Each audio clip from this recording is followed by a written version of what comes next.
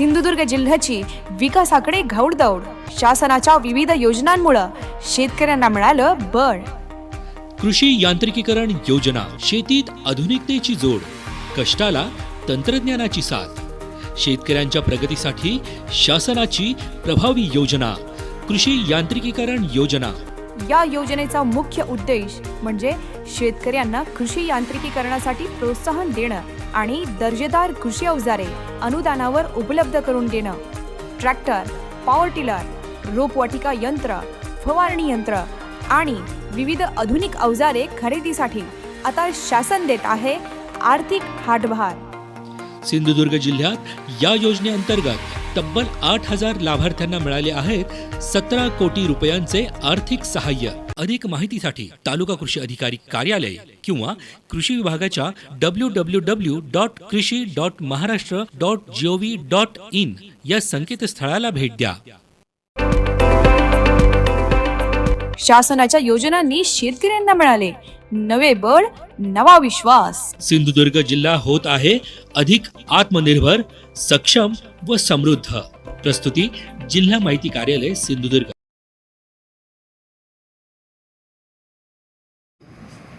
प्रस्तावित 6 पदरी शक्तीपीठ मार्ग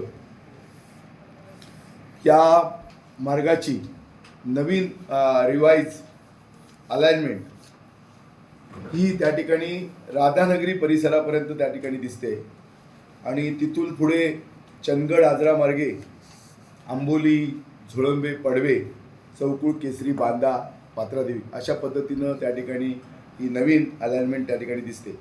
पण याच्यामध्ये जर राधानगरीपर्यंत जर हा शक्तीपीठ महामार्ग येत असेल आणि जर तो महाराष्ट्र शासनाचा राज्य शासनाचा जर महामार्ग असेल तर त्याचा फायदा महाराष्ट्रातल्या सिंधुदुर्ग जिल्ह्याला त्या ठिकाणी व्हायला पाहिजे ही आग्रही त्या ठिकाणी मागणी आहे. खरं तर राधानगरी आणि सिंधुदुर्ग याच्यामध्ये फक्त 65 किलोमीटरचं अंतर आहे. जर राधानगरी, फोंडा, कणकवली, कुडाळ, सावंतवाडी आणि बांदा अशा पद्धतीनं जर हा महामार्ग गेला तर सिंधुदुर्गाचा त्या ठिकाणी फार मोठा विकास त्या ठिकाणी होईल. खरं तर हा जो प्रवासामध्ये लागणारा जो वेळ आहे, आत्ता जर सध्या आपण कोल्हापूरला जायचं असेल तर जवळजवळ 3 ते 3.5 तास हे कोल्हापूरसाठी त्या ठिकाणी प्रवासाचा वेळ खर्च होतो. जर राधानगरी आणि हा जर शक्तीपीठ महामार्ग झाला तर माझ्या माहितीप्रमाणे येणाऱ्या काळामध्ये आपण 1 ते सव्वा तासामध्ये सिंधुदुर्ग ते कोल्हापूर हे अंतर त्या ठिकाणी पार करू शकतो आणि त्यामुळे वेळेची त्या ठिकाणी बचत होईल. आणि त्याचबरोबर हा महामार्ग जो नॅशनल हायवे क्रमांक 66 आहे त्या 66ला सुद्धा त्या ठिकाणी जोडण्यात यावा. आणि त्याचबरोबर जे नवीन रस्ते आहेत म्हणजे या महाराष्ट्रामधनं या जिल्ह्यामधनं जाणारे केश्वर रेटी चौपदरीकरण व घोडगे पाटगाव हा जो महामार्ग आहे या महामार्गाला या शक्तीपीठ महामार्गाची जोडणी करणं आवश्यक आहे. या महामार्गामुळे या जिल्ह्याच्या पर्यटनाला चालना त्या ठिकाणी मिळेल, व्यापाराला चालना मिळेल, आर्थिक ताकद त्याच्यामुळे मिळेल आणि त्याचबरोबर पर्यटनाबरोबर सुद्धा एक धार्मिक पर्यटन हे या निमित्तानं त्या पर्यटनाला सुद्धा त्या निमित्तानं त्याचा फायदा होणार आहे. खरं तर आज सिंधुदुर्ग जिल्हा हा पर्यटन जिल्हा आहे आणि या जिल्ह्यामध्ये आज अनेक अशी पर्यटन स्थळं आहेत की ज्याच्यामध्ये सिंधुदुर्ग किल्ला आहे, विजयदुर्ग किल्ला आहे, सावंतवाडीसारख्या मोठी तलाव, राजवाड्यासारखा परिसर आहे, दाजीपूरचं अभयारण्य आहे, आंबोलीसारखं हिल स्टेशन आहे, सावडावसारखा धबधबा आहे, रांगणागड आहे, देवगड, मालवण, वेंगुर्ला अशा प्रकारची किंवा समुद्र किनारपट्टी आहे. खरं तर आध्यात्मिक याच्यामध्ये परमपूज्य भालचंद्र महाराजांची कणकवलीमध्ये समाधी आहे, राहुल महाराजांची कुडाळमध्ये समाधी आहे, ताडोलीमध्ये साटम महाराजांची समाधी आहे. त्याचबरोबर या जिल्ह्यातलं एक महत्त्वाचं स्वयंभू तीर्थक्षेत्र कुणकेश्वर ही त्या ठिकाणी आहे. त्याचबरोबर आंगणेवाडी एक तीर्थक्षेत्र आहे, माणगावचं दत्त मंदिर आहे, वालावचं लक्ष्मीनारायण मंदिर आहे, धामापूर येथील भगवती मंदिर आहे. अशा अनेक धार्मिक स्थळांना याचा त्या ठिकाणी फायदा होईल. धार्मिक पर्यटनाची त्या ठिकाणी वाढ होईल आणि त्याचबरोबर कोल्हापूर, सांगली, सातारा, पुणे या भागामध्ये सुद्धा ते पर्यटक हे मोठ्या प्रमाणामध्ये हे त्या ठिकाणी सिंधुदुर्गामध्ये येतील.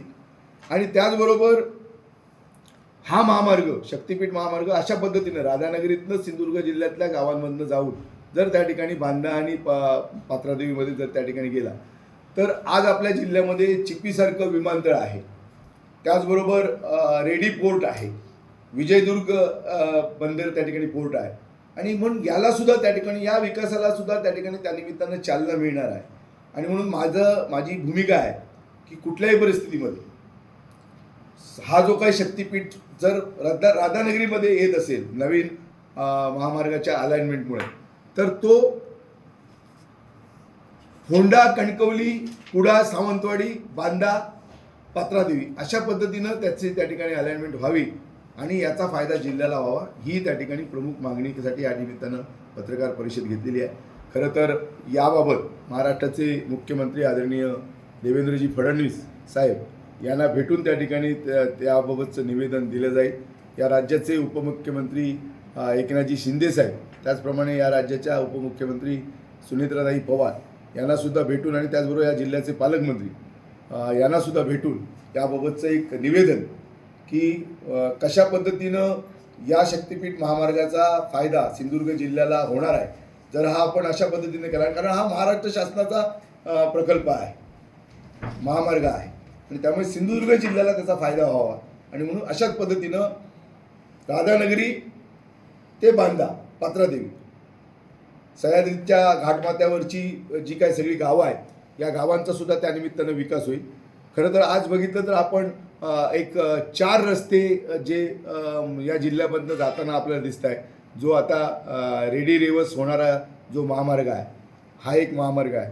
नॅशनल हायवे 66 हा एक महामार्ग त्या ठिकाणी आहे आणि आता हा जो काही शक्तिपीठ त्या ठिकाणी होतो आहे त्याच्यामुळे पूर्ण जिल्ह्याचा सर्वांगीण विकास व्यापारामध्ये होऊ शकतो, पर्यटनामध्ये होऊ शकतो, धार्मिक पर्यटनामध्ये होऊ शकतो आणि याच्यामुळे फार मोठी आर्थिक उलाढाल या जिल्ह्यामध्ये पर्यटनाच्या माध्यमातून किंवा या शक्तिपीठ महामार्गाच्या माध्यमातून होऊ शकते. आणि म्हणून सिंधुदुर्ग जिल्ह्याचा जर विकास व्हायचा असेल तर शक्तिपीठ महामार्ग जर राधानगरीमध्ये उतरत असेल तर तो कणकवली, कुडाळ आणि सावंतवाडी अशा तालुक्यातनं त्या ठिकाणी गेला पाहिजे ही आग्रही मागणी आमची आहे.